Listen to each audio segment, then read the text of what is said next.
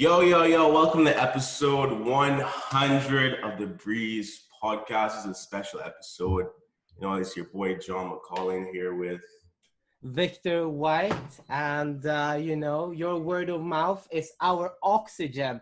Today, ladies and gentlemen, we have none other than, I believe Forbes said, the best all-round cricketer in the world. I'm jealous of the man himself. He's on the 30 under 30 list for 2020. Jasonholder. Hey guys, How are you doing, thanks for bro? having. Yeah, not too bad, man. It's good to be on the podcast. I haven't really been briefed too much about what you guys do, but it comes from a really good place. So I trust you guys, and I'm looking forward to speaking to you over the next couple minutes, I guess. Amazing. So Jason, have you ever been on the podcast before? No, this is actually my first podcast, so I come with a very, very open mind. Yes. First podcast, and I heard it's the 100th podcast that you guys are doing, so I guess it's a special moment for both of us. bro. It's a special moment, man. We appreciate you for blessing the podcast on this day. You know what I mean? Yeah. Bless you for Yeah, no worries, man. It's amazing. So we have this tradition of doing a bunch of world's firsts on this podcast. So I'm not sure if you know anything about this, Jason, but so I skied and competed for Barbados. John now lives. Oh well, John, you can. Yeah. So I'm a songwriter over here in Canada right now. Outside of songwriting, I'm also AI consulting at IBM. So I'm doing that. But yeah, we're just two kids over here trying to make it. You know what I mean? We're just trying to do some stuff. Exactly. So it's amazing to have you on here. And our grand thought here is for people to get to know the man behind the bat. Right. Amazing. So, Jase, we have our technician, Celine. Would you be kind to let her know that she can roll the intro? You hit me with it. Roll through the intro. And, again, I'm very, very optimistic, having a very, very open mind and looking to enjoy whatever. Breeze.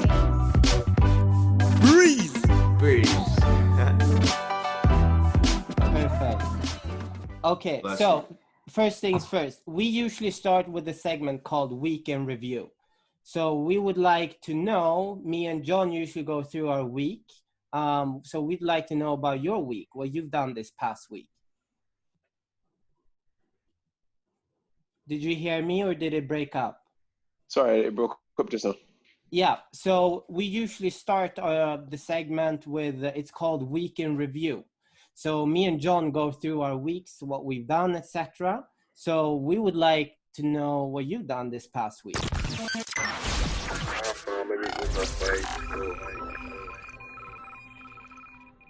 Oh, well, this past week has been, pretty chilled. I'm currently in Trinidad, getting ready to prepare for the Caribbean Premier League. Unfortunately, due to COVID and all the restraints and restrictions, we've had to go through a quarantine process. So I've basically been held in-house. For the first 7 days I've been here in Trinidad, we couldn't leave our rooms. Oh, wow. So it's a bit like being a prisoner, man.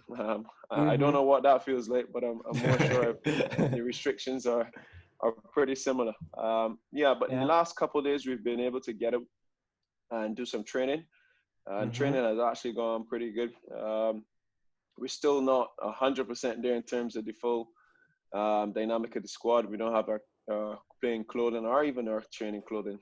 So we've been made to compromise there and try to, find other alternatives. But the guys have been very cooperative. Again, the training has gone, pretty good with the restrictions that we've had. And we are getting ready to get going in another 2 days. Right. So I have a question. I got a question. Okay, go first, John. So cricket is a sport. Everybody could know cricket, but it's not as glamorous as you see basketballers. Basketballers being on YouTube, you see the day in the life of what basketballers go through. So my question for you is what's a typical daily life for you as a cricketer? Give me two. So give me pre-COVID and give me right now. What's a typical day in life? I think the best way for me to do it is the day in the life of a cricketer on tour and the day in the life of a cricketer just at home. And I'll start with at home. You know, at home I pretty much I rise pretty early. You know, I wake up pretty early, so I get up early. I What, normally like to get 6 my a.m., 5 a.m., I 7 would say around a.m.? 6 a.m. 6 a.m. Around is 6 early a.m.? for me. I don't know. I don't know if 6 a.m. is early for you guys, but 6 a.m. is very No, early no, for no, me. but I think it's That's reasonable. universally early when you wake up at Yeah. 6 a.m. Yeah. Yeah, exactly. So I normally rise around 6, and I try to just get out and do some cardio. And then afterwards, I try to hit What the type gym. of cardio do you usually do? Well, I like to do. I vary a bit in terms of the different types of running, but just basically Okay. is running. Okay. I've just bought a bicycle, so I'm now getting into Okay. cycling, Okay. and that's gonna be. I'm gonna try to mix up the cardio that way, but more or less it's really around running. So I do some tempo running. I might do a long run, Yeah. and I just try to vary it as the week goes on. After Yeah. that, I would just hit the gym, and I don't do too much in the gym. Mainly, it's just a lot of rehab, a little bit of strength training, but Yeah. mainly that's how it really looks. And I love golf, so I play golf any Nice, opportunity to bro. get to play golf. So I normally like to get the training in as early as I possibly can. And then I hit the golf course in the afternoon, play some golf, and let's chillax. Nice. Spend a lot of time with my golf buddies and my close boys who I would have grown up with. We just tended to just really kick it. I live alone now. Been living alone for probably the last 3 years or so. So I pretty much got my own spot, own space. So people just normally just pop in, you know, drop by, chill, lime, you know, we chat and these kind of things. On tour now is slightly different, you know, you have a little bit more structure in terms of a team dynamic. Yeah. So I pretty much wake up early as well. We may have a structured gym session. Well, depending on how the day is structured, to be honest, but it's more or less gym, practice, recovery, and then you just basically do it back over. Before COVID, we would normally go out and have dinner outside. We just normally go to a restaurant. But now with COVID, we've been restricted to just staying in the hotel. So that's just the only difference, really. Pretty much more or less the same. Okay, Nice. very interesting, and we'll get more into that later on. But what I want to know, Jason, is how, because we have some listeners here and they have no idea what cricket is, how it's played, etc. Can you explain cricket in a minute or two, in an easy way? I'm trying to think of the easiest way to do it, but Yeah. I think most people in the world know about baseball. So it's not too far off, in my opinion, to baseball. You have a pitcher, what we call it a bowler, and they bowl to a batter, or same thing as baseball, they call it a batter as well. And the object of the game is who scores the most runs. So there are different formats of cricket. There's a 5-day format, which is played, obviously self-explanatory, over 5 days. And then there's a 50-over format, 50 overs per side. And then there's a T20 format, which is the shortest format and arguably the most entertaining format, which is 20 overs per side. And basically is who can outscore the other team. The variables that come into play are just the different modes of dismissals. And you can be dismissed in a number of ways, you know. It's probably pointless going through them now, but that's just the gist of it, to be honest. Who can Yeah. So then my next question is, you did 202, right? Yeah. And that's huge from what I understand. Why is it huge? Well, we got landmarks in cricket. Okay. The bat, your first landmark is 50 runs. Once you get to 50 runs, it's seen as a landmark. The second landmark would be a century. And centuries are kind of rare, but, you know, for a batter who is just picked to bat, you would expect a good batter, a great batter, to be scoring a century every 6 to 7 innings. I think if you go at that kind of a ratio, then you're quote unquote deemed as a good batsman. Okay. Double centuries are rare because it takes a lot of time, energy, effort. It has been done on quite a few occasions, but you know, again, it's an amazing feat because it's basically you doubling a century, and century is seen as basically the basic landmark. In cricket, like once you score a century, is recorded as a century. So I could score 202, but it's still recorded as a century. Okay. You know, but so yeah, you're seen as a century, but a massive century, I guess. So would you say that's kind of going to the bowling alley and scoring the whole thing strikes? That's the difficulty aspect of it. Like how many people have done it 202? Do you get what I mean? Yeah, it is. Again, it's tedious and it's strenuous. You know, Okay. it is rare in a sense. It doesn't often happen. You would get a guy scoring a double century. Yeah. Maybe. Okay, for instance, in West Indies, we haven't had my double century was the first in probably about 4 or 5 years from a West Indian player. Yeah. You know, before that, it's probably the same time span. You know, so it doesn't happen like every year, but more or less you get players scoring centuries every year, but you wouldn't get double centuries. The great Brian Lara, who's arguably the best player, best batter, sorry, to play the game, he scored 500 in a game, 400 in a game, 300.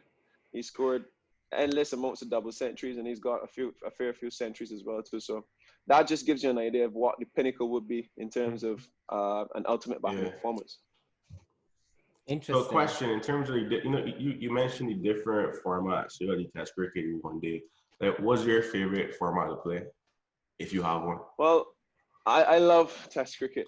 I love Test cricket. And funny enough, I didn't love Test cricket when I first started to play. I felt Test cricket was the hardest game I've ever played. It was just over a 5-day period. You start at 10 o'clock in the morning, and you go towards 5 in the evening, and it is just grueling, you know. So I didn't like it particularly because it was so tough on the body. But then I scored my first Test century in my 4th Test match. And for me, it just made all the tough, hard, long days just go unnoticed. It was just such an amazing feeling. And you just get that adrenaline rush to repeat it again because you've done it before. You know that you're capable of doing it. And it's just more or less you wanting that feeling again. And I guess that's what really drove me in Test cricket. And after that, it's probably T20 cricket because I like T20 cricket as well too, which is what we're here to play now in Trinidad in CPL. So I'm really looking forward to that. But again, it's just a different dynamic. It's a lot faster. It's a lot more entertaining. And CPL, the Caribbean Premier League, and it's dubbed as the biggest party in sport. So in the Caribbean, you know, we love our party atmosphere. So there's lots of music, lots of drums, you know, tons of people. Unfortunately, this year due to COVID, we won't be having any fans. So I guess that will be a massive, massive change in the context of this format. But yeah, we're really looking forward to going. So does that impact you? Because I know from myself, when I've been skiing at big competitions and you have a huge crowd cheering down there, you know, waiting for you to come down, you know, it gives you all this energy, etc., compared to skiing without it. So in terms of cricket, you know, cricketing without the crowd, like, does that have an impact on you? Or is it just like a mental thing that you just like, I don't mind it, I do my thing? Well, I have had the opportunity so far to play in front of no crowds because we had a tour to England last month. And it was challenging. You know, no doubt it was challenging because you're just so accustomed to that atmosphere. And now suddenly you're now without it. But I guess in the heat of the moment, your adrenaline and your pride really takes over. So you then just dialed in really and focused on, you know, being better than your opponent. So I guess it's tough.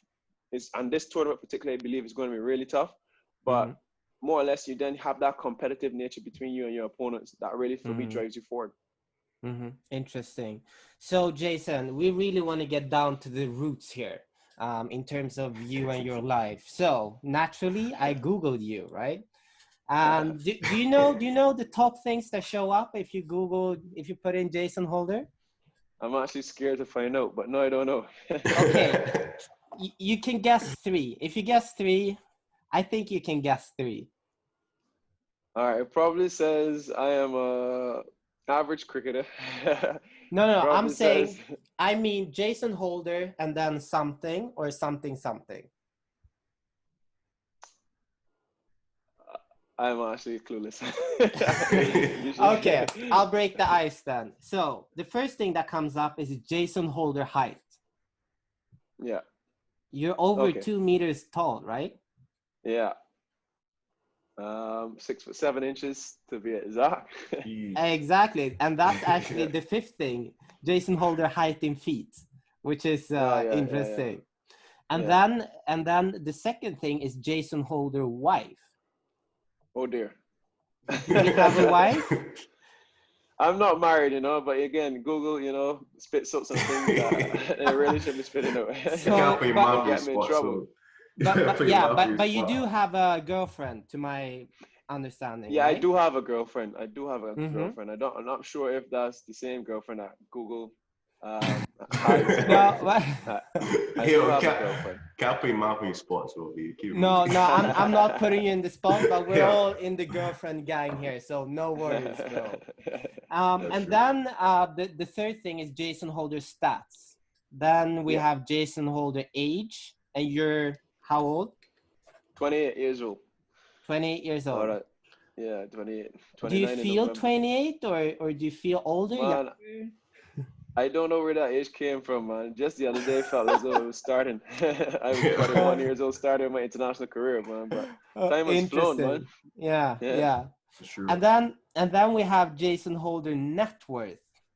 And after that, and then we have Jason Holder father. After that, we have Jason Holder 202. And lastly, the last thing that shows up is Jason Holder parents. So naturally, Jason, where are you born? Where were you brought up? What was your upbringing like? Well, born and bred in Barbados, Bridgetown, Barbados. Funny enough, none of my family members played cricket, had any affiliation with cricket. Okay, interesting. My family is really based around basketball. I've got uncles who would have represent Barbados in basketball. My older brother, he was actually on a basketball scholarship and also represented Barbados. I played basketball at school, but I always tell people that I was too good at basketball. It wasn't a challenge, so I stopped to give other people an opportunity. Yeah, you know, whereas cricket for me was a lot more challenging. But I just grew a love and passion for cricket just watching it on TV. I was very fortunate from my parents, and particularly my dad. You know, he showed endless support. Bought me all of my cricket gear. He bought me every single piece of equipment. He was there to watch me play, and he's no doubt my biggest fan. And I've got a lot to be thankful for when it comes to my father's support. In terms of your dad, what did he work with? How many siblings do you have? And what's his outlook on, did he push you towards cricket and was like, you're going to become the best? Or was he more on the supportive side saying, son, I got your back, whatever you want to do, I'll support you? Yeah, it was definitely that. He never forced me in any direction. He allowed us to make our own decisions and just dictate our future. He was very, very pivotal in terms of giving me that guidance, you know. Not necessarily to push me in a direction, but give me the guidance as something as simple as values. You know, he's one of those persons who would provide necessities, but anything he didn't deem as a necessity, you know, we would have to work for. I have an older brother, you know, as I said to you before, and I've got a younger brother. My dad and my mom, they got divorced when I was 4 years old. So me and my older brother have the same mom, whereas me and my younger brother, we have different moms. So, but you know, we're all very close. You know, again, I grew up with my dad, spent lots of time with my dad, and I would when my parents split, it was mainly I had the weekdays with my dad and weekends with my mom. You know, so we would just pack up our stuff, head down with mom on weekends, have weekends there, and then when school starts again, we back up by my dad. And it was just mainly around the arrangement, like because my dad had a car, my mom didn't, so it's easier for him to transport us to and from school, to and from extracurricular activities.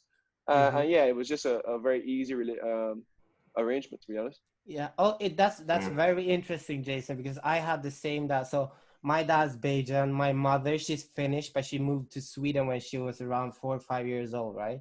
And they they split up when I was, I think, 2 years old, but I don't remember it. So in my mind, they were really good friends and supportive, and obviously support me in my career.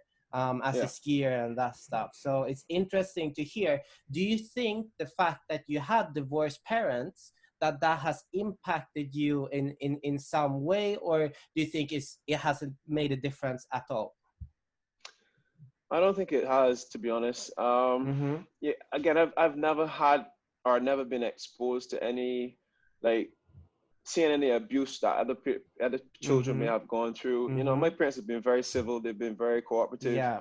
We've never seen like bad blood. So it was always seen as, you know, something pretty calm and cool. Yes, a divorce isn't normal, but I guess the only thing I could take away from it is, like, I mean, me as a young man growing up, you know, I want a stable household. You know, I don't really want to put my kids into the position where, you know, they come up in a broken home. I'm not saying that it had a negative impact on me, but I think ideally if I could avoid it, you know, I would like to avoid it. But, you know, more or less, I love my parents equally the same. You know, I love my stepmother equally the same, because she's come into my life and she's been wonderful as well too. Nice. So I've been blessed with a really good dynamic of having, you know, great parents around and giving me that support. Nice.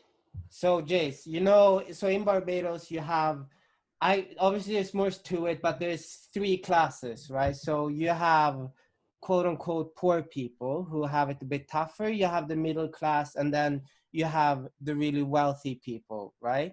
Yep. So in terms of your upbringing, where would you classify yourself and your family, really, you know, standards?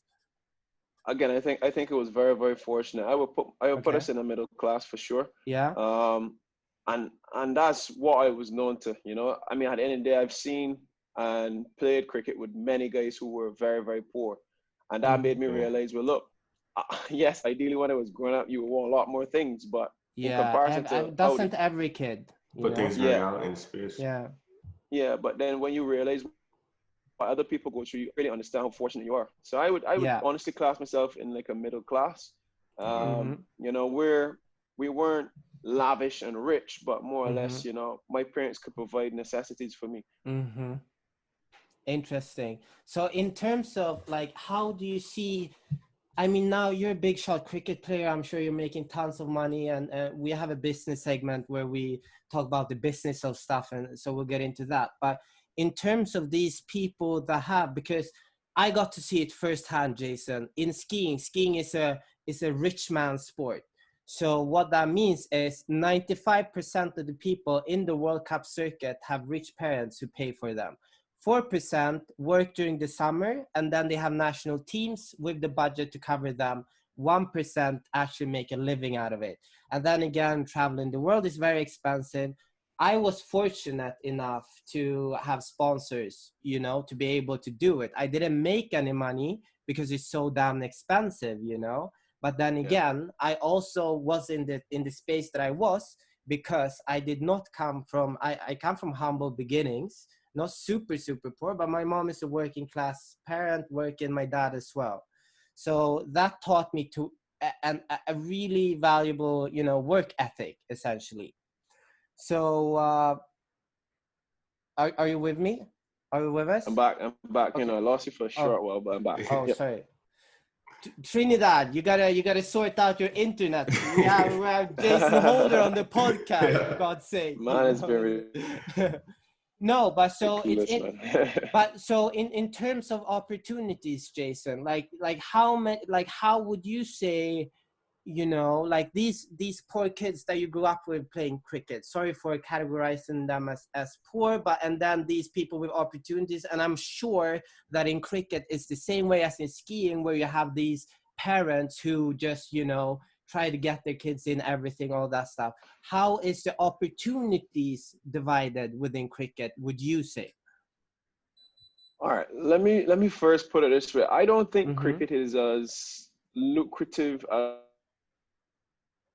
as, let's say, for instance, football, basketball. It's not in the same category. Yes, I think we make a really good living in context to the economies which we live in. And yeah, we make a good living. But more or less, cricket in the Caribbean is seen as probably the leading sport. So cricket has been fortunate in the context of sports where funding has always been provided for cricket. You know, it's one of the few sports that if few or if only the only sport really in the Caribbean that is professionalized or semi-professionalized. Right. You're now getting to the point where you're now getting a few more footballing leagues that are semi-professional, but athletics, everything else is basically, unless you get a scholarship and you go overseas and be able to pursue your career there, is a struggle. Sport in general in the Caribbean is a struggle. Cricket is the only sport where, again, we don't need to send our players away. It is really well funded in context of other sports, and you know, yes, we've been really fortunate. So in terms of opportunity, the opportunities are very much there for a lot of youngsters coming through. And it started in school as well too. There are many sports you could think of that aren't part of the curriculum in schools. And more or less, if you wanted to pursue them, you would have to do it on your own expense. That's privately. But more or less, you get cricket day in, day out at schools, but football, basketball, these kind of sports. But let's say, for instance, like rugby. Rugby is now slowly but surely becoming a lot more prominent in Caribbean cultures. But more or less, it's not a part of the curriculum in secondary schools, at least not when it was there a couple of years ago. But I think now maybe it's slowly getting implemented, but I don't think it's something very, very common. Okay. So I got a follow-up question. In terms of like, what would you say is the barrier to entry to become a cricketer? You know what I mean? So like, what's the journey that you take to become a professional cricketer? Like, I know for basketball, you go to get a college, then you get a scout, and then you get a draft. Football is going to academy, and you follow that route. So like, is there like a set like trajectory in terms of becoming a professional cricketer in Barbados? Let's say Barbados. Well, really and truly, it's the wrong opportunity. Look, we've got systems in place. Like I'm one of the few cricketers who could both come in straight through the system. And when I say straight through the system, I played youth cricket for Barbados, so I played on the 13. Yeah, train that internet boy. Trinidad guys, sorry, we're having a bit of internet connections here. We'll have Jason back shortly. Did you sell go a step up again, Pete? Yeah, you definitely got. If he was in Barbados, it'd be fine. Okay. Yo, we lost you there for a little bit. Sorry, guys. No worries. All right. Yeah. Where was in terms of the system, I was fortunate to come through the system. So I played on the 13, 15, 17, and 19 for Barbados.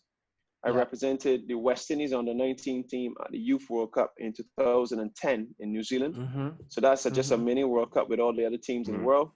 I then played West Indies A-team cricket, so the A-team is the team below the international team. And then I represented the West Indies team. You know, and not many guys can boast of coming right through the system. And I could use another guy by the name of Fidel Edwards, for example. Now, Fidel Edwards never played youth cricket for Barbados, let alone West Indies. But he was seen in Barbados practice nets by Brian Lara, who's arguably, again, the greatest batsman to play. And Brian Lara basically fast-tracked him into the West Indies team, having much experience before. And it's just really that opportunity that he saw Fidel and thought that Fidel would have been a really good addition to the West Indies team. So again, it's more or less a bit of an opportunity, but then we still have really good systems in place that a guy can really progress through and make it. Yeah, but it's not just only the system. Like, so Jason, what sets you apart? How come you made it? How come you chose to, obviously you have to have an insane work ethic to get to your, point in any type of professional, athlete, sport, you have to work hard. So what do you do? What did you do that separated you from everyone else on the team that wanted the exact same thing? Because not everyone can be the team captain, right? Yeah. For me, I think what separates me is my mental strength. And I didn't really understand the mental side of the game until pretty much later on in my career. And I happened to go into an academy. I was into an academy for 2 years in Barbados, and it's a West Indies academy. And that was the first time I was exposed to a sports psychologist. Okay. And funny enough, I never knew or understood what a sports psychologist did. And basically, I didn't feel as though I needed a sports psychologist. So In the Mm-hmm. 2 years I had there, didn't really utilize him. And it's just after that Mm-hmm. 2 year period where I felt as though I was ready to kick into the West Indies team. It didn't happen in the Mm-hmm. time that I wanted it to happen. Mm-hmm. And the sports psychologist was based in Barbados. So I said, well, look, Mm-hmm. there's not much more I can do. I don't think seeing the sports psychologist would be any more detriment to my career. So I went and sat Yeah. down with him, and we had a really good chat. And I started to understand then what he Mm-hmm. was really trying to get into our heads, you know. And it's Mm-hmm. basically not around cricket itself. It's basically around my personal self. So Right. it's just Mm-hmm. really understanding how you get the best out of yourself, understanding when you're under stress, understanding when anxiety is kicking in. You know, Mm-hmm. all these different things play a part in sport because you're going to Mm-hmm. be anxious, you're going to be under pressure, you're going to Mm-hmm. be under stress. And it's Mm-hmm. the hardest thing is to know that you're in this state to Mm-hmm. actually know how to deal with it. You know, so I Mm-hmm. would think that that was probably a defining moment in my career because I Mm-hmm. didn't then sat back and I tried to understand myself one, but then understand the mental, how the brain works, how the mind works. Mm-hmm. And you know, I've been able to do a lot of things that's really helped me, and it's just really analyzing. You know, you've been able to pick up certain personality traits. You've been So, able to communicate with people in a way which you wouldn't be able to communicate if you didn't understand how that person functions. And all of these mm-hmm. things are that I really grew and learned a lot more about as time went on. So Jace, there's a lot of value in here because you said that you went to this academy for 2 years without seeing this guy, and then it was afterwards when things didn't go as planned that you decided to, okay, I'm gonna see him. So that, did you fear going to sports psychologists, or were you just so confident in yourself that you're like, I don't need it, or what was the thought pattern behind that choice? I think it was a bit of ignorance to the fact that I didn't understand what it was, and then being Okay. a little bit egoistic as well, feeling as though I knew it all and didn't need it, you know. Right. Mm-hmm. So it's a combination of those two things, but more or less, again, you just don't understand how the mind works. You know, you just don't understand it. That's why I say ignorance. And had I known how my mind functioned and I was actually under stress. It's like when a Mm-hmm. person is going through mental health issues. You know, when you're Mm-hmm. going through mental health issues, you're stuck between a rock and a hard place as to trying to convince yourself that you actually. Sorry, Connecting to guys. audio. Yo, Yeah. no worries, bro. No worries, man. Uh, Are you with us? I am. Perfect. All right. So yeah, so you were saying. Yeah. So it was around it's just basically, I believe, ignorance, Mm-hmm. and people not really understanding what it means. And as I was Mm-hmm. trying to compare it to someone who has mental health issues, Mm-hmm. where they stuck between a rock and a hard place of admitting that they're going through it and admitting that they're going through stress to then have the Yeah. confidence to come out and deal with it. And Yeah. it's a bit similar when I put it down to cricket and understanding how the mind functions and how to get the best Yeah. out of myself. So you Mm-hmm. then in a situation where you can train Mm-hmm. the mind. You can train the mind to Mm-hmm. deal with stress. You could train the Mm-hmm. mind to deal with pressure. You could train the mind to deal with anxiety. Absolutely. And And Right. also deal with distractions, because exactly. let's not, Yeah. it's as you have to make sacrifices. Yeah, So Correct. what are some of the sacrifices that you've exactly. had to And that's make, all part. Jason? Sacrifice I've had to make. I had to give up a lot of liming time, a lot of chill time, and Mm-hmm. not necessarily to do anything constructive, but more or less to train my mind and body that it can't function as freely as it wants. You know, so Right. more Mm-hmm. or less, if I'm in competition, you know, I'm going to be put in peculiar positions, you know, positions that you're Mm-hmm. not accustomed being in, situations you don't want to be in. So more or Mm-hmm. less, if I take my body and my mind away um, from things that I want to do but don't necessarily have to do, then I can relate that into a game. And basically, it's like eating. I like Mm-hmm. to use eating as a perfect example. You know, Mm-hmm. we all love sweets. We all love things that, you know, taste really good. But more or Mm-hmm. less, more things that that have that sweet taste, and you know, you got that, basically that sweet tooth aren't good for you. You know, so you then stuck between a rock and a hard place. Do I continue eating it and put my body on in a bit of a hole when I really need it, or do I train my mind to stomp it out?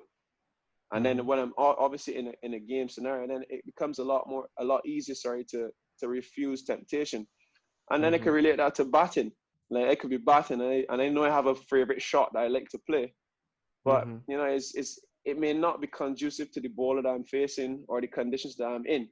You know, so it's more or less, yes, I know I love to play the shot. I know it's my favorite shot, but today is not the day to play it. So it's all about training the mind and you understanding how best to get the best out of yourself, knowing the situations that you can implement certain things in, and just being that competitive. Interesting.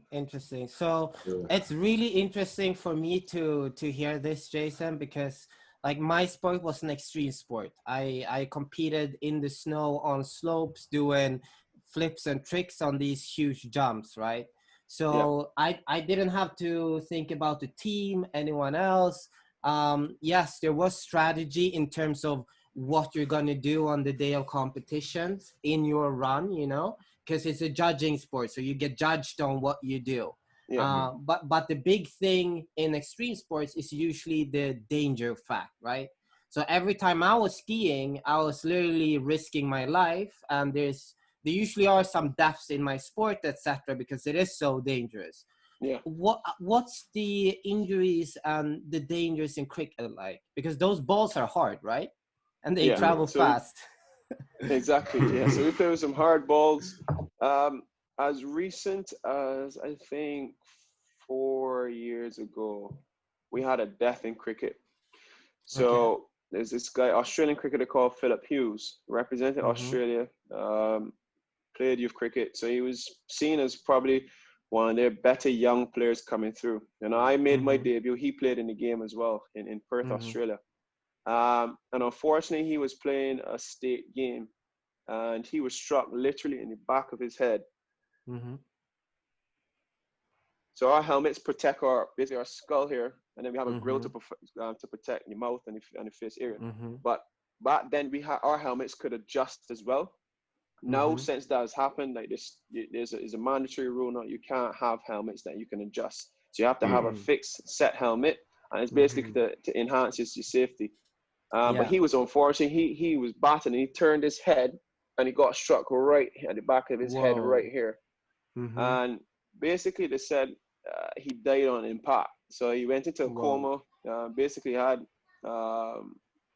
bleeding, like he had a lot of brain hemorrhages and that kind of thing. So it was just nasty. So he was in the hospital for, I reckon, 3-4 days before passing away. And that what happened to the batter?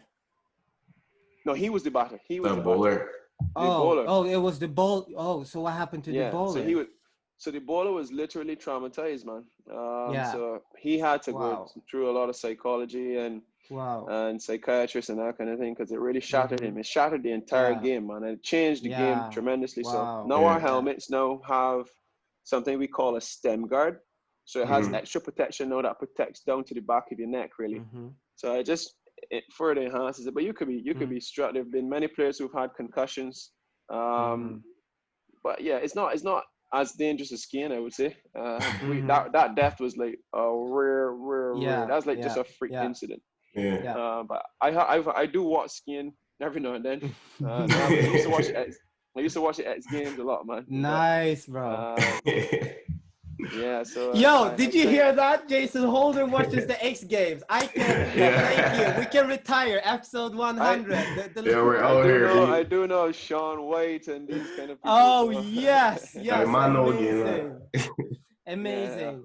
Yeah, so I was actually, before the Olympics in 2018, I was trying to make it. Unfortunately, I fell short because I tore my ACL and I missed half of the Olympic qualifiers.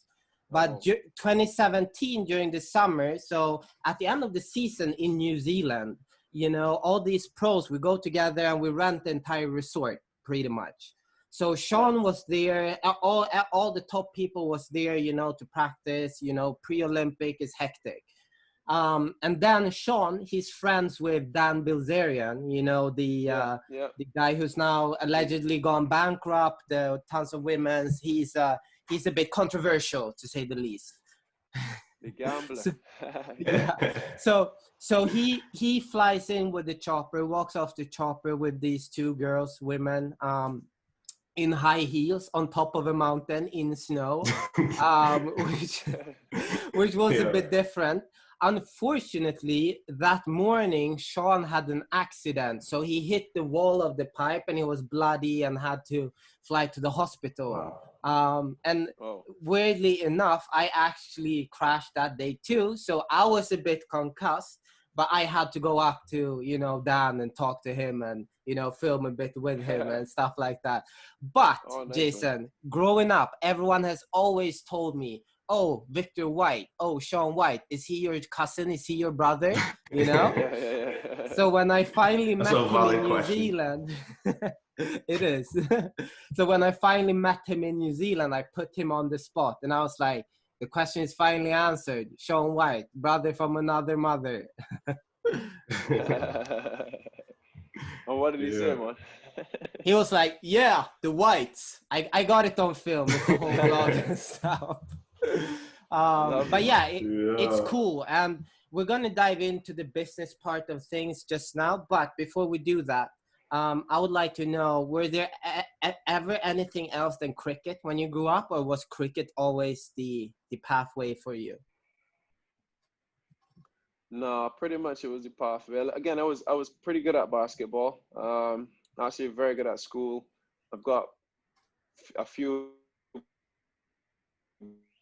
basketball trophies when I was going to school as well, but I never had the love that I have for cricket in basketball. You know, I think more or less my passion for cricket was far superior to my drive in basketball, but it's something I love. I love basketball. I'm a massive NBA fan. I watch lots of basketball. Your favorite team? Well, unfortunately, I don't have a favorite team. I've got favorite players, LeBron James for sure. Respect. Straight through. So yeah, I'm hoping that LeBron could get another championship this year. So we'll see how it goes.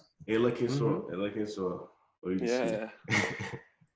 Amazing. Yo. So, Celine. John? Celine? Let's get it chopped up, fam.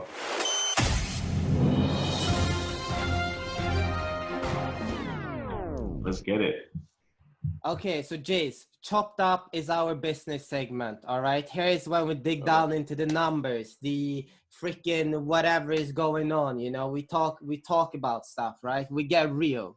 So yeah. So let's talk about the business of cricket, man. Like, I mean, we know IPL is really made all the money, but I feel like I am not as educated about the business of cricket. Victor is not educated, so can you like educate us on like where you see income, how you see the income, like how I know IPL is a thing, but do you want to play IPL like compare to test cricket, compare to playing for the West Indies? Like, where do you see yourself generating income as a cricketer for the West Indies? Well, again, I have played IPL cricket before. I've played IPL cricket 3 times for 3 different teams. Started with Chennai Super Kings, then I went to Sunrisers Hyderabad, and my last franchise was Kolkata Knight Riders. So yeah, I've had a bit of that. Quick, fast cash, I guess. Securing the bag. We make pretty good living. Yeah. But yeah, I've made a lot of money to playing international. I've made the bulk of my money playing international cricket. I've also played county cricket in England, which I've enjoyed as well. But it's not as lucrative as an IPL contract, obviously. I've played in New Zealand I played a final in New Zealand for a club called Otago Vaults. So yeah, I've had those few opportunities, man. And again, lots of my money has come through international cricket. So I've got West Indies cricket to be thankful for. And that has given me the opportunity to obviously play IPL cricket, to play all these other leagues around the world. So yeah, we make a decent living, I guess, in the context of everyday living. Still would love it to be a lot more, but we're probably one of the quote unquote poorest nations when it comes to payments and money. You get Indians, the Indian market is very, very big. Indians probably make Mm-hmm. 4 times the amount that we make in a year. So Jase, You know, lots of their, yeah. I have a list here. It's the name of the list is highest paid cricketers in the world 2020. Do you know who's number one? Can you have a guess? Virat Kohli. Exactly. So he secured overall earnings 28 million, sponsorship Audi, Puma, Flipkart, Google. Okay.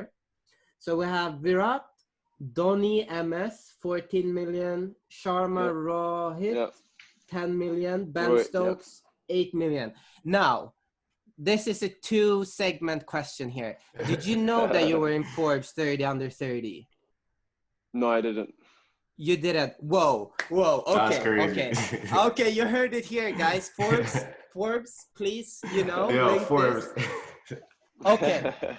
So Forbes says that you're the best all-around cricketer. Now, these are 22 players. The number 22 had a contract of $1.05 million. Now, why is being the best cricketer not the same as earning the most money, like in basketball, LeBron James, etc.? All right, I'll go back to my earlier question. Now, the Indian market is the most lucrative market in terms of cricket. They have billions of people, as you know. They control the TV market in cricket. Which is why all of the Indian players are pretty much well looked after. You play on IPL, and well, let me say this: for instance, you said Virat makes 28 million. I reckon he probably makes 4 million of that in cricket alone. All the rest of that is through endorsement.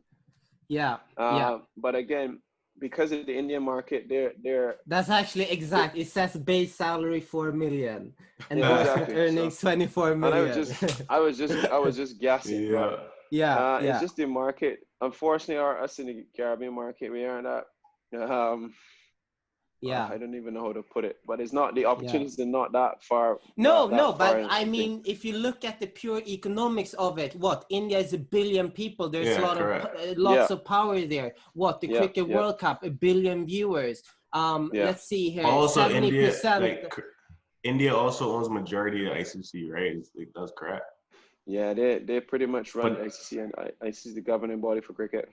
And I guess India, when you look at corporate, corporate probably doesn't see the value of Caribbean being such a small market compared to India. Is billion people over here is compared to you know what I mean?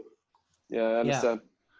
Yeah, it's unfortunate just where I come from. Had I been the number one all-rounder and living in India, I'd probably be probably 20 times as rich as I make 20 times as much money as I've made. You're rich and we love it, Jason. It's amazing. No, I wouldn't say that. No, but okay, so John said it. India, I don't know if you've seen Hassan Minhaj on Netflix. He talks about cricket in one of his episodes and how they're essentially like a mob, the Indian Cricket Association, blah, blah, because India commands 70% of the global cricket revenue, which is crazy. So, Jase, do you know Lalit Modi? Never met Lalit Modi, to be honest. He was part of IPL at the very, very early stages, and then he ran and left India and is now migrated to England. So I've never met him personally. Interesting. So do you know that he chucked in 2008 25 million? 2 years later, the league is worth $4.1 billion. Yeah, it's crazy, man. For instance, this year, obviously through COVID, the IPL has now been pushed back. So the IPL is played immediately after CPL. But they were saying if the IPL doesn't play, they stand to lose about $500 million for not just missing this year alone. So there's a lot of money in there. Yeah, and it goes to say this guy Lalit, guys, if you don't know it, he's a controversial man. He got banned because of he got charged on 8 points for misconduct and kicked out of the IPL. Obviously, he's denying all of it. There's a really good Patriot Act about cricket and the backstory of the organizations, etc. That you can check out. Anyhow, Jase, something that we like to talk about here on the Breeze podcast is portfolios. I own a Canadian company. I know you're an active athlete, so we're not going to dive deep into exactly what that company does. But I also just went into renewable energy in stocks, and they've gone up 20%. And my first You company, said in stocks? Yeah, in stocks. Okay. Since I bought them in 1 week, which is, I don't even know how that's possible. But the funny thing is that my Canadian company went down roughly 70%. It's just gone down since I bought it. Now, Jason, you're making dollars. You could afford, throw 10,000 here, 10,000 there. Do you have a portfolio? And if so, what do you own? You don't have to share if you don't want to, but it would be interesting to hear about it. Honestly, I have all of my investing is done. Done a bit of offshore investing. So I invested into a company called Mayfair Global. So they basically just handle my portfolio in terms of like basic things like stocks, bonds. So yeah, they handle that segment. I've got real estate. Majority of money that I've made, fortunately too, for me, I've gone into real estate. It's funny you mentioned renewable energy because obviously in the Caribbean, we've got direct sunlight year round. So I'm now in the process of going. I actually have solar panels on my house at present, but more or less I'm looking to go into doing a solar farm hopefully in the coming months. So that's just a couple things that I've invested in. Again, I've been fortunate where I've got a beach condo as well to that. Well, not just a few things that I've gone into, man. Nice. I don't want to get much deeper into it. No, that's amazing. Reasonable. That's reasonable. Guys, don't tell this to Jason, but if you Google his net worth is between $200,000 and $5 million. I'm kidding. I'm kidding. I would just like half of that. Okay, so Jase, you're 28 years old, right? Important question. When did you make your first money in cricket? How old were you? I played for Barbados senior team at 17 years old. That was officially my first paycheck. Okay. But when I say first paycheck in the context of a professional league. Okay. I would have obviously gotten a little stipend here and there before that, but at 17 years old was my first official paycheck, and I made $254 for a first class game. That's wicked. That's wicked, bro. Yeah, but since then, like things have definitely improved significantly, thankfully. Okay, and you're 28 years old. How long is a cricket career? Roughly, it depends on when you start, man. Most players go up to, let's say, mid-30s. It depends. Batsman's lifespan in cricket is a bit longer than a bowler. And definitely an all-rounder. All-rounders normally get, if you're really good, normally get to around 35, 36 max. But again, for me, I don't really want to retire on anybody else's terms. I really want to retire on my terms. When I feel fit and when I feel the need to. But I would love to go down to at least 35, 36 at least, and see how I feel. And never know, I may have my family started at a time and just decide that today's the day that I would call it. Well, Jase, so I had to retire from skiing because of concussions. So I am not scared of injuries. I've broken my thumb, my collarbone, my leg, torn my ACL, broken my rib, hurt my feet, subluxated my shoulder. But the head is your operating system, Yep. So it came to a point where it was pretty much like, if I hit it again, it would be coma or death, So I figured, I was aiming towards Beijing, representing Barbados in the Winter Olympics.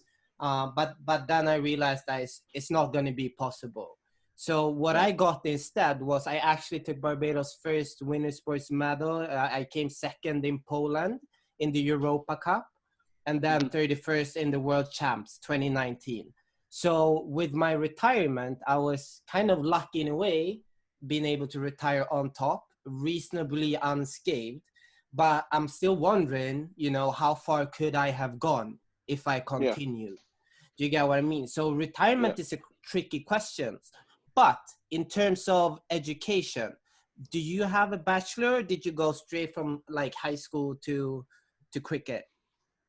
No, well, I left high school. I went to college, but I Mm-hmm. spent 1 year there before I just went into university. So I did Mm-hmm. 1 year university, and then Mm-hmm. I'm studying management. And then I made Mm-hmm. the West Indies senior team again. So then Mm-hmm. I was stuck between a rock and a hard. I couldn't manage Mm-hmm. school Yeah, and play yeah. Mm-hmm. international cricket. It Yeah. was just way too much for me. So Yeah. at that time, I was about to just give my career a fair chance. So yeah, I Mm-hmm. decided to stop school, Yeah. and I've just really been playing cricket since. If you Mm-hmm. ask me if I'm going to go back and finish, I don't Mm-hmm. know. But more or less, I've got ambitions to definitely get back in cricket. So I mean, at some Mm-hmm. stage, I'll probably challenge myself to maybe become an administrator. Mm-hmm. I don't know, maybe get into coaching. But Okay. again, Mm-hmm. I feel as though when I finished play cricket, I would have spent years on the road. Yeah. And more or Yeah. less, when I finish play cricket, I'll probably have my family and stuff, which I Yeah. really want to commit to. So I can't Right. really Yeah. see myself being Yeah. fully committed to cricket after playing cricket, you know, You unless I know, really and truly yeah. have to. A Gotcha. lot of a lot of people ask me that, oh, you can go into coaching all these things, but at the same time, it's like, you know, if you want to reach the top and, you know, be amongst the best, the amount that you have to sacrifice, you know, I pretty much sacrificed my youth, you know, instead of, you know, being out liming with the boys or whatever, you know, you're Yeah. focused on your training and all that stuff. So, but okay, interesting, really interesting. So Yeah. Jace, how do you like, you know, just, you know, I've played this match in England. I'm back in Barbados. I'm with my girlfriend. Like, how do you chill? How do you get your mind off of cricket? What do you do? Oh man, any opportunity I get to hit out with friends, Mm-hmm. I take it, man. I do a lot of chilling, a lot of liming. So I'm not necessarily Mm-hmm. a massive partier, but Yeah. Mm-hmm. I do try to get in a party because if I feel as though it's necessary, man. Yeah. Especially being confined Mm-hmm. to a hotel for more often than not 3-4 Mm-hmm. months in a stretch. So I Yeah. try to get out as much as I possibly can, enjoy a normal life, to be honest, because Right. more Mm-hmm. often than not, I don't get the chance to do it. Mm-hmm. So at home, play lots of golf because golf is my happy place. It takes me my Mm-hmm. mind off of Nice. things. It It's is good something for the that mental challenges me. game too. Exactly, it's something that True. really Yeah. challenges me and it keeps me sane. And then to Mm-hmm. one of my favorite parts about golf is just after finishing playing, you know, you come. We call it the Mm-hmm. 19th hole. You Mm-hmm. know, where the Yeah. 19th hole, you just get a few beers, you may Mm-hmm. order some food, and it's just good Mm-hmm. chat. You know, a lot Yeah. of Mm-hmm. fun times and memories are made, to be honest. Mm-hmm. And that's it. Unfortunately for Mm-hmm. me, my current girlfriend, she's not Barbadian. Um, Mm-hmm. so now that's another sacrifice that I need to make now. So, for instance, A now when bit I of finish here, traveling. yeah. So when I finish here now, I'm gonna just head home Mm-hmm. to see her. Right. Mm-hmm. So I basically will go back to Barbados, put my stuff down one day, and next day I'm gonna travel up to see her. So and try to Mm-hmm. spend some time with her there. So I mean, again, And but she's that's the based thrill that I where? love. In She's Bermudian. Europe or She's Bermudian? Bermudian. Okay. Yeah, so Easy. it's not too far off. Mm-hmm. A flight. Unfortunately, now with COVID, the flights are really restricted. Yeah. So I gotta probably Yeah. Yeah. overnight here somewhere, but I'll get there. Okay. I have a personal question, Jason. Hit me. Have you ever been on a private jet? I have. Nice. How many times? I have been on a private jet on one occasion actually, but I've Okay. had tons of chartered flights. Okay. Like so, sometimes we travel cricket. Like just when we came back from England, we had a chartered flight Okay. from Barbados. Just And so you you met the know, Queen? right? Yeah, I've met the Queen. I've met the Queen. I met the Queen last year in the World Cup. And funny enough, when I had that experience, I was transported via helicopter back to my hotel. Well, back to so it was a pretty surreal day. Yo, And my what are you first talking about? You're bowling as a cricketer, just chilling with the Queen and like. I wish, man. Yeah, so that was a pretty long day because it was in England. We were based in Bristol, so I had to drive from Bristol to London to meet the Queen at Buckingham Palace. Then we had like a small opening ceremony, literally like 5 minutes away from the Buckingham Palace. And then afterwards, well, our first game was in Nottingham. So instead of having guys transport us up to Nottingham by a car, they got a helicopter. So we flew up to airstrip in Nottingham, dropped us off, and we had like a 10-minute drive from that airstrip to the hotel. So that was convenient. The private plane experience was 4 years prior to that in the 2015 World Cup held in Australia. So we had our last warm-up game in Sydney, and the opening ceremony was held in Melbourne. So the opening ceremony was, I don't know why they planned it that way, but it was on the same day as the last warm-up game. So literally, I left the last warm-up game. I went from that Sydney cricket ground to an airstrip in Sydney. We were transported on a private plane to Melbourne, on which we landed in an airstrip in Melbourne. And then there was a helicopter on the airstrip waiting for us. We literally came out of the private plane, straight into the helicopter, and the helicopter took. Yo. This is not the time to lie. This is not it. This is not it. Yo, Victor is living my curse group, Jase. Sorry, boys. It's all good. Yeah, so I was saying that was my first experience in a helicopter in Melbourne. So it was an anxious, nervy moment, but it was an amazing time, man. But the second ride in Nottingham, from London to Nottingham, wasn't as nice because it's very, very overcast. I'm not a great flyer either, so I was quite nervy there as well too. But again, you look back on those moments, and you just tell yourself, sometimes you have to pinch yourself. But yeah, moments I always remember. Yo, just so you know, right, Victor is obsessed with private jets. The man is like, this man's just wake up and like looking at private jets, sleep, dream of private jets. It's just like. So Jase, to me, it's a symbol of freedom, you know. Oh, sorry. Yeah. Say that again. Yeah. No. So to me, it's a symbol of freedom because my deal is, you know, I wanted to become a professional skier when I was a kid. And then I fulfilled that dream. And then I had to retire. And you'll be there one day when it's like retirement comes and you're like, what's next, right? So then, but obviously, you know, I realized I didn't make the Olympics and I didn't win a medal there. But I pretty much did everything else except the X Games. So X Games and the Olympics are the things that I didn't get to do. Other than that, I did pretty much everything. And then, so I was like, okay, you have the capacity to fulfill your wildest dreams. Now, I'm built in the way where I'm like, okay, I got to put it to use. So I was like, okay, what do I want? You know, because you know how they say you got to be careful what you wish for because one day it might come true. Now, as an athlete, we know you can't just wish for something and it comes true. You have to work for it, right? Yeah, so that's when I went on the path. And now I'm actually in the Stockholm School of Economics, which is like the Harvard of the Nordics. It's an insane school. And it took me 2 years just to get into the school. You know, you can't just be like, what's up? I'm Victor White, pro skier, you know, written history for Barbados. You really have to like, you know, work your ass off intellectually, so to speak. No, so ever since I was a kid, I had this fascination with private jets. So now I'm just on that path to hopefully by the time I get there, there'll be electric jets. So they're good for the environment. But it's like, it's a testament to me that I know that when I'm in the jet, I'll know that I have responsibilities. I've done something correct after my time in sports, you know, because essentially it's a flying office, you know, if you're not transporting athletes and actors. That's facts. Yeah, well, if your stocks continue to go the way they're going, man, you have enough money to buy a private plane. Man.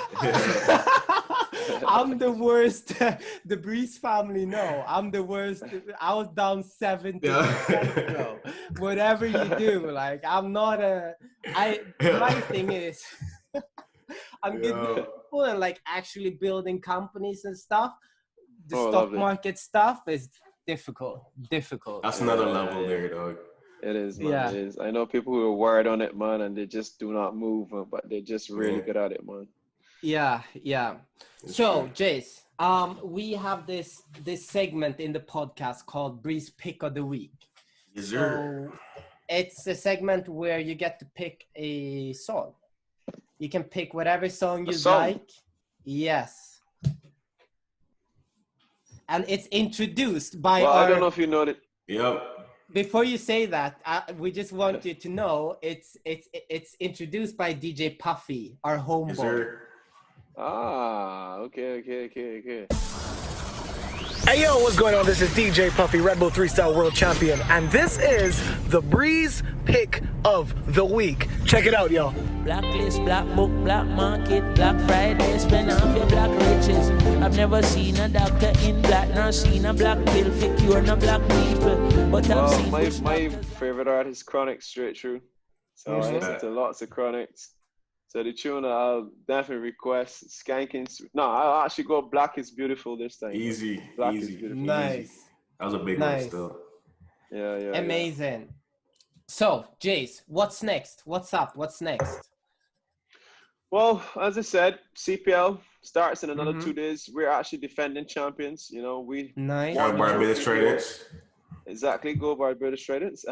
Yeah. So yeah, we won the trophy here in Trinidad last year, and nobody expected us to win it, but we won it under my leadership. So I felt really good. It felt like a monkey off the back. So that starts in 2 days. It's actually kind of compact this year with basically 2 games a day. Yeah. So the tournament will be basically run off in 2 weeks. After that, I am off to Bermuda, as I said, visit the missus, spend some time there. And then we're sitting tight to see if we tour New Zealand after that. So New Zealand we're meant to tour New Zealand in November. So I'll tour New Zealand November, back home mid-December, and enjoy Christmas. Nice. That's John. Yo, before we go, I got a few fast-fire questions for you, B. Right? So when I ask the question, just give me an answer quick. Feel me? I'll rattle it off, man. There we go. Favorite cricket ground? Perth, Australia. Kensington Oval. Favorite country to visit? Australia. Interesting. Current favorite West Indies player that's not you? Sherman Hetmeyer. All right, easy. That's all I got for you. Okay. I also have a game. It's called Why Don't You? Okay. Why don't I? Okay. So rapid fire. Why don't you vlog? Don't know, to be honest. You gotta grow your brand, bro. And I'm sure you can capture the Indian billion people, on your vlog if you start it, Jase. I need to probably hire somebody to come do it for me, man. Bro, it'll be a good investment. I know all about the vlogs. I've done 250 episodes. Okay. Oh, wow. So the last one, okay, so that was not really a segment. I just wanted to know. So, Jase, before we go, one last thing. Obviously when you're in the center of a pinnacle of a sport or whatever, there's always going to be noise. How do you deal with it? Noise, you hear it, but you don't hear it. A lot of the time, especially in places such as India where you don't speak the language, it's just noise. Sometimes it's honestly a bit more difficult in the Caribbean where you can hear it exactly, distinctly, clearly what the Caribbean people are saying. And normally it's very, very critical. It could be hurtful. But to me, some people, it drives them. Some people need that to almost push them to merely prove them wrong. Other people, it goes through one ear and comes through the next. Yeah. I like the singing, to be honest. Like, yo, Trinidad, sort your Wi-Fi.